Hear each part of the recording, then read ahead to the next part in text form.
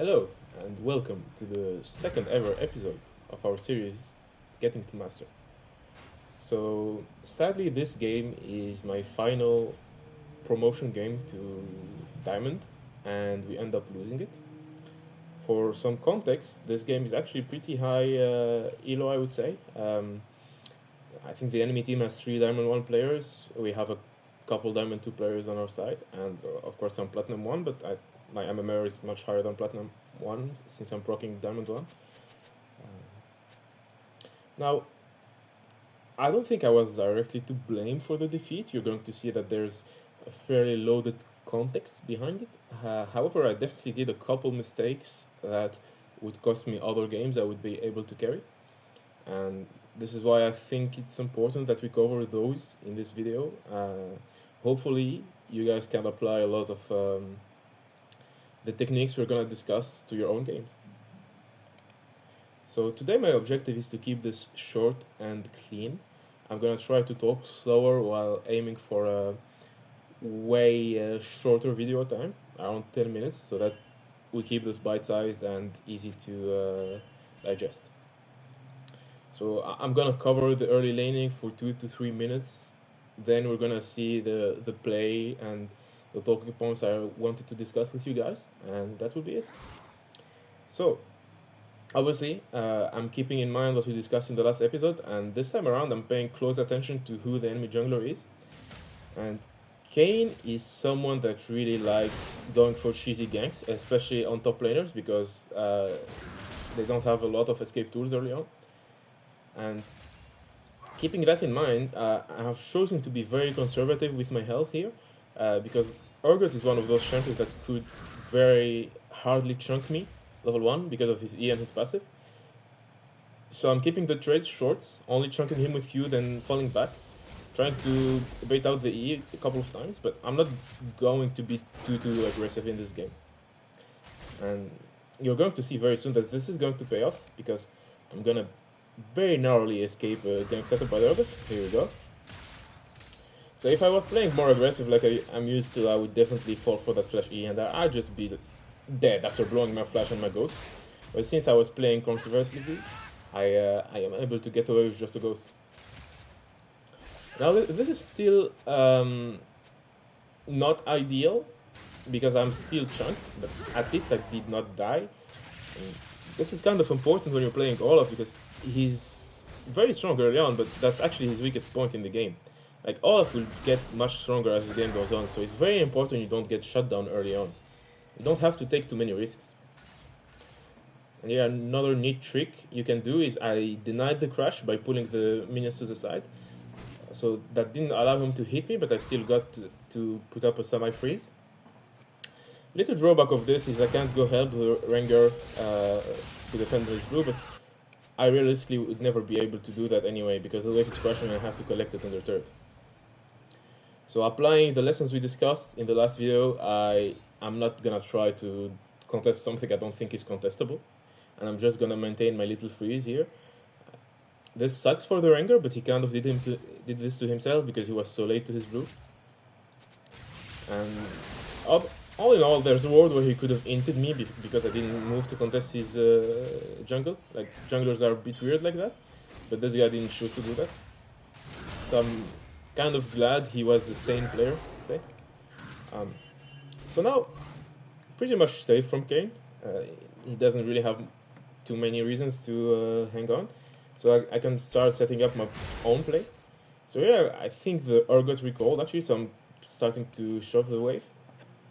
And as you can see, I barely spot him as he's recalling, and he decides to actually cancel. So I step forward to deny him the opportunity to recall again, because I see Rengar stop sign and I'm not that healthy, so I think maybe I could bait the Urgot who's flashes to his death. And that's pretty much what I'm going to proceed to do. Just playing very liberally with my health, unlike in the early game, because I'm just trying to bait this guy to go for it. He ends up being quite patient, honestly. So we can't really play for the crash, because he's not really diveable, since Rengar doesn't have flash, and Rengar is not a great diver, and I'm not that healthy as well. So what I decide to do is just to play for the bounce. as you can see, just going for, really trying to bait out his E, but this guy did not fall for it for a good while. In the end, he's going to get too aggressive, and the Rengar is just going to punish on the bounce, which is the whole objective here.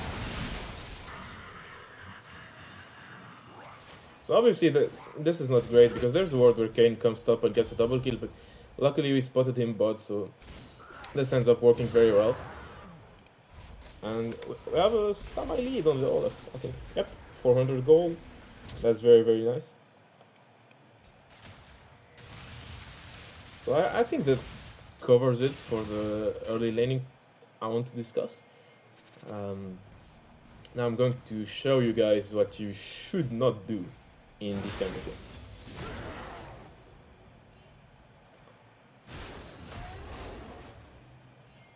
So as you can see, I'm snowballing my lead pretty nicely top. I even go deny him a wave, because I see where Kane is, and there's a huge wave on the turret. So if this guy tries to contest me, tries to go past me, I will just lead him with my own ult, and there's not much he can do to me. So he just ends up getting zoned. I actually move to help the Rengar then. He's making a play on a Herald.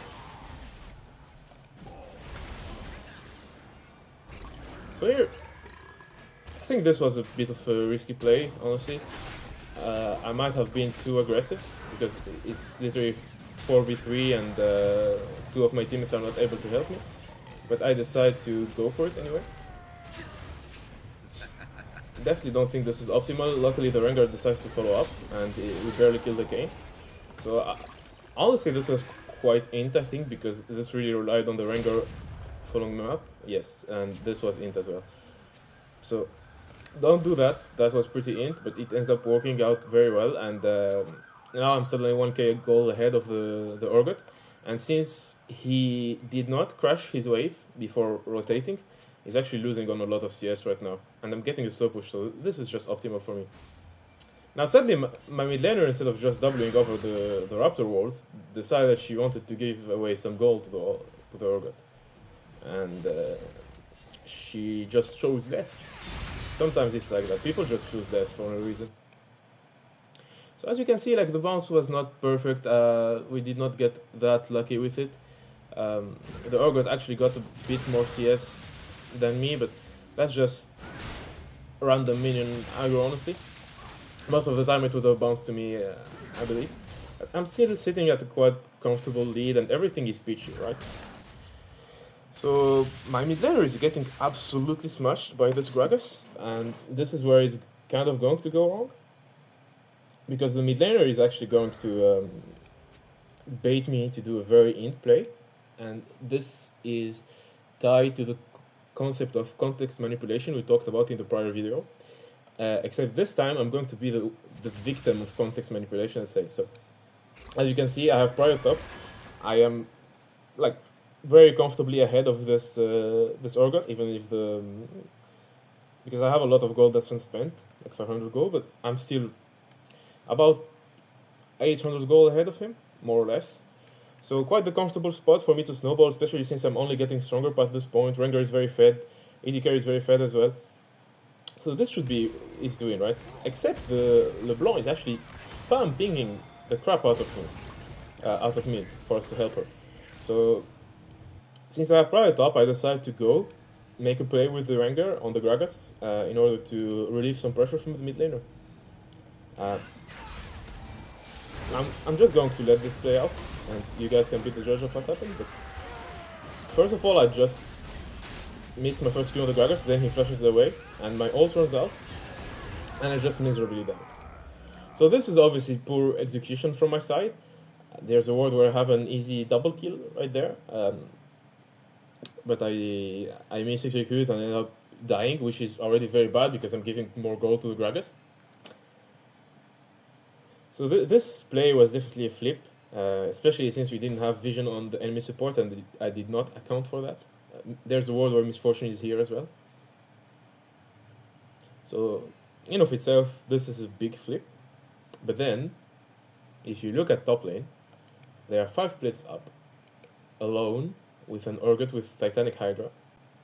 and a whole minute, no, not a whole minute, like 45 seconds before the turret plating falls.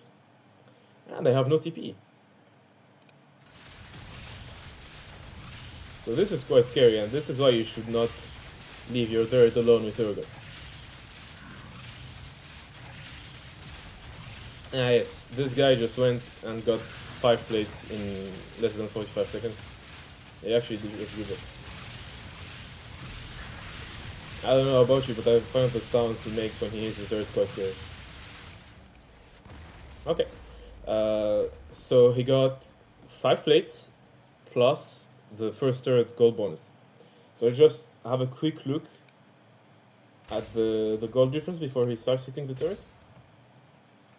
So as you can see, even after dying, I am not still dead here, but I'm going to be dead soon. At this point, I'm still 600 gold ahead from him right now.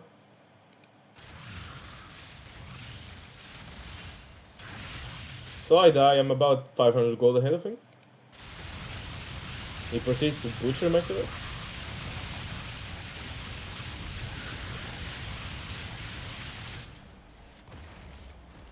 And suddenly, I'm the one who's behind 900 gold.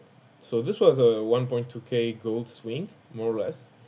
And this is why you shouldn't be the victim of context manipulation from people who are having a bad game. Because people who are having a bad game are going to set up very good context for you to throw your lead with them. As you can see, like I went from having an 800, 500 gold lead on the Urgot to being behind by 900 gold. And this is just the best way to make sure you will not carry your game, which is trying to help someone who's weak and actually throwing away your advantage because you misplay or someone else misplays, and you just suddenly don't have the lead you are going to use to come back in the game. So right now I'm pretty pissed at myself for doing that. Obviously I did give in to the temptation of flaming the LeBlanc a little bit, but then I understood that I was mainly to blame for falling to that, because all the signs were here that this player was not very good in this game, but I still answered his pings and decided to let him decide the play, which is very bad. But now I'm getting a page from the Urgot's book and I'm splitting myself. I really want this T2. I know I can't contest that break, so I'm just gonna proceed to hammer on this T2 and pray I can get it before someone comes. And indeed, I end up doing just that. So this might seem minor, but on this play I got a lot of gold. From getting the T1 and getting the T2, I had a good injection of gold as well. I don't think it was quite as big as the Urgot, but this was quite nice as well for me. So let's just have a look very quickly. So right now I'm sitting at 5.1k gold before clearing the waves and both turrets.